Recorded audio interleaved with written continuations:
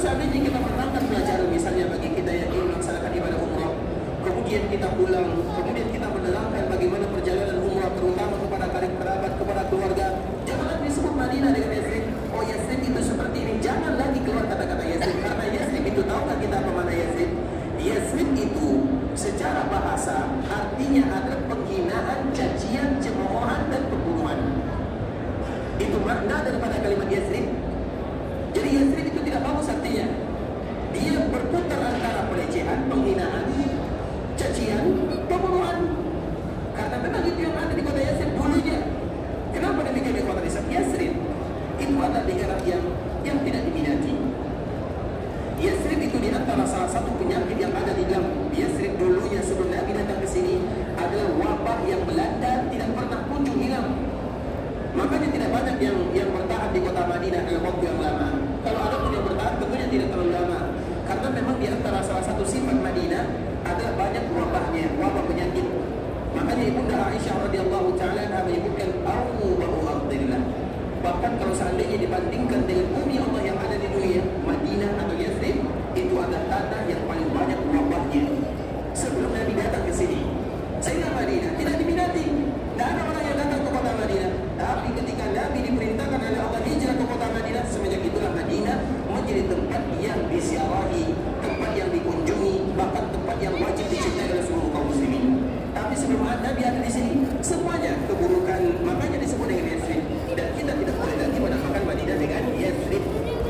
Dan yang menamakan Madinah dengan Yasrib itu bukan lagi kaum muslimin. Yang menyebut Madinah dengan Yasrib itu ada dua sifatnya. Yang pertama adalah orang-orang musyrikun, yang kedua adalah orang-orang munafikun. Mereka lah yang senantiasa menamakan Madinah dengan Yasrib. Tentunya setelah Nabi datang ke sini, kita sekarang alhamdulillah tidak lagi menamakan Madinah dengan Yasrib.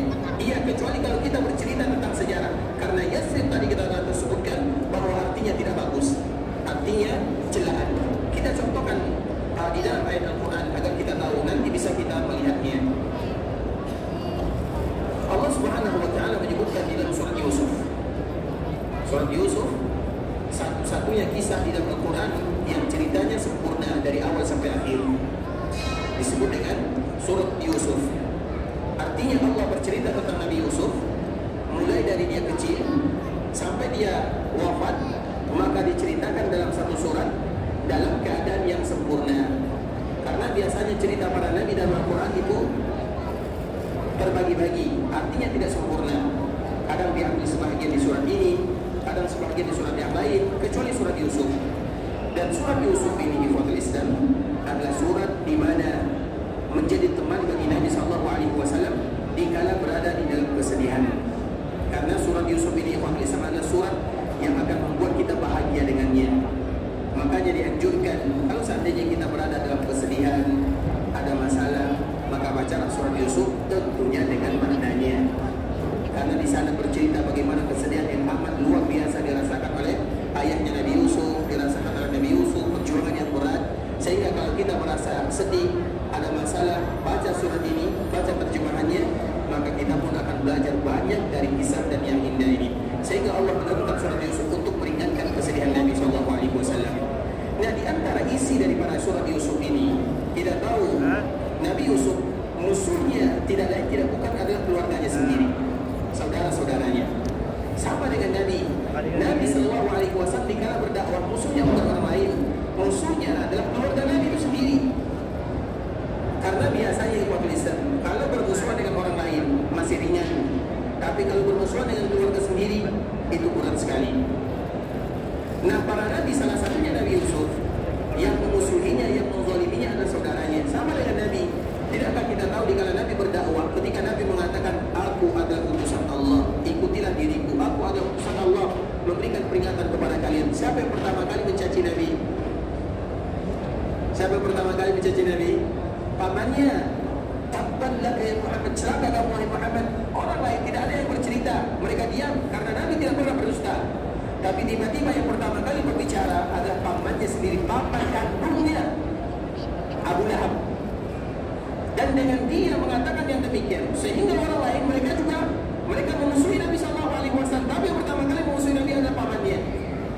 Begitu juga dengan yang lainnya, bahkan juga sepupu Nabi SAW. Makanya Nabi SAW pernah menyebutkan salah satu sepupunya namanya adalah Abu Sufyan. Abu Sufyan itu selalu kita mengulang ikhwatul Islam dan kita ulang lagi. Abu Sufyan itu ada dua. Yang pertama Abu Sufyan sepupu Nabi. Yang kedua Abu Sufyan mertua Nabi. Abu Sufyan sepupu Nabi, ayahnya namanya Haris. Haris itu adalah anak Abdul Muttalib yang pertama. Berarti dia abangnya daripada Abdullah. Jadi kakak beradik dengan ayah Nabi. Nah, anak daripada Haris dengan anaknya Abdullah berarti mereka sepupu. Teman Nabi SAW bermain waktu kecil. Di kala Nabi berdakwah, siapa yang memusuhi Nabi SAW? Sepupunya, teman bermainnya, keluarganya. Anak daripada saudara, anak daripada pamannya. Pamannya ibarat ayahnya, bukan orang lain. Begitu juga dengan Nabi Yusuf. Siapa yang memusuhi Nabi Yusuf? Saudaranya. Oleh karenanya ikhwatul Islam, karena biasanya kecemburuan antara saudara keluarga lebih tinggi dibandingkan dengan yang lain, maka di antara salah satu perintah Allah kepada kaum muslimin, jaga keluarga terutama yang namanya rahim. Dan Allah mengatakan serta Nabi menyebutkan la yadkhulul jannata qati'. Orang yang memutuskan ada masalah dengan rahimnya tidak masuk surga. Dan rahim itu ikhwatul Islam, siapa rahim kita? Rahim kita tidak banyak, bukan semua orang. Rahim kita itu ayah ibu sudah pasti ya. Saudara ayah, saudara ibu. Berarti paman dan bibi. Kemudian ibu, saudara ayah, saudara ibu dan saudari ibu. Apa bahasa kitanya? Saudara ibu dan saudari ibu. Apa bahasa kitanya? Hah? Paman, bibi, saudara ayah, saudara ibu. Maju.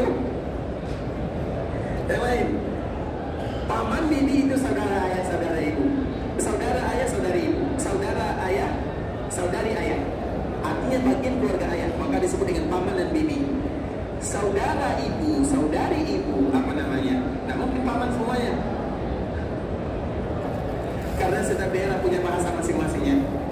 Tapi di dalam bahasa Indonesia tidak ada kecuali paman. Padahal dia bukan paman.